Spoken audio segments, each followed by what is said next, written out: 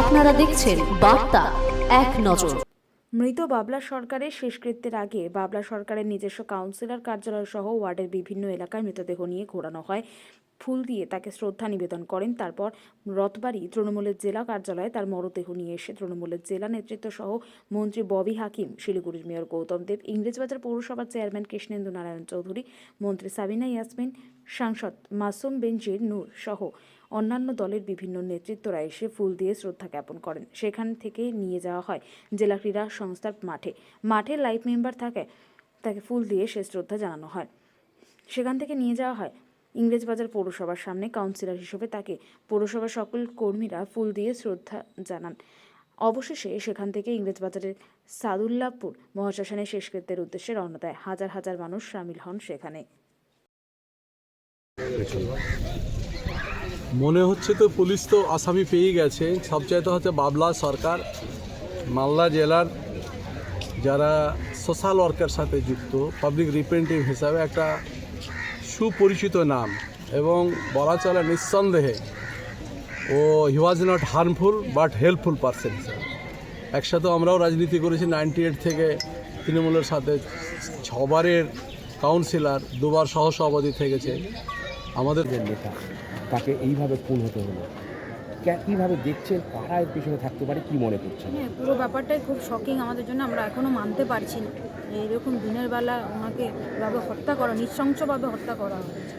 এর পিছনে কারা আছে মুখ্যমন্ত্রী নিজেও বলেছেন, পুলিশও তৎপর, তারা দেখছেন যে ব্যবস্থা, তারা ইনভেস্টিগেশন শুরু করেছেন। দুজন শুনছি অ্যারেস্টও হয়েছে, এবং যারা ইনভলভ, আমরা একটা জিনিস বুঝতে পারছি যে কেউ তো ইনভলভড আছেন, কোনো কনস্পিরেসি হয়েছে। যারা ইনভলভ তারা যাতে ধরা পড়েন এবং তাদের যাতে কড়া শাস্তি হয়, আমরা এটা সবাই চাইছি, এটাই আমাদের ডিমান্ড। এত বড় লিডার, তারপরে এখানে প্রকাশ্যে খুন হতে গেলো, আপনিও একটা লিডার, তাকে এই নৃশংসভাবে খুন হতে হলো, কি মনে করছেন? কেন খুন করা হলো?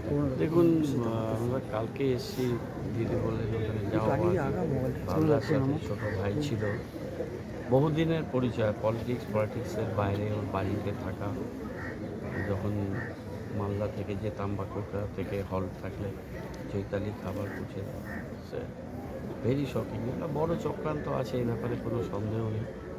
একটা ডিপুটেড চক্রান্ত কেন হয়েছে, কী কারণ, সেটা নিশ্চয়ই পুলিশ সেটাকে তদন্ত করে আনার পর। কিন্তু আমরা চাই পেছনে যারা আছে, সামনে যারা ছিল, কাউকে যেন ছাড়ানো হয়, সবাইকেই ধরতে হবে এবং যথাযথ ব্যবস্থা নিতে হবে। এবং দিবালোকে এ ধরনের নৃশংস হত্যাকাণ্ড আমরা বিচার চাই। রাজনৈতিক ষড়যন্ত্র থাকতে পারে? আমি এত কথা বলবো না এখন এই পরিস্থিতিতে। এখন বডিটা কী ষড়যন্ত্র ছিল, ষড়যন্ত্রটা খুব গভীর ছিল, না হলে এরকম হতো না।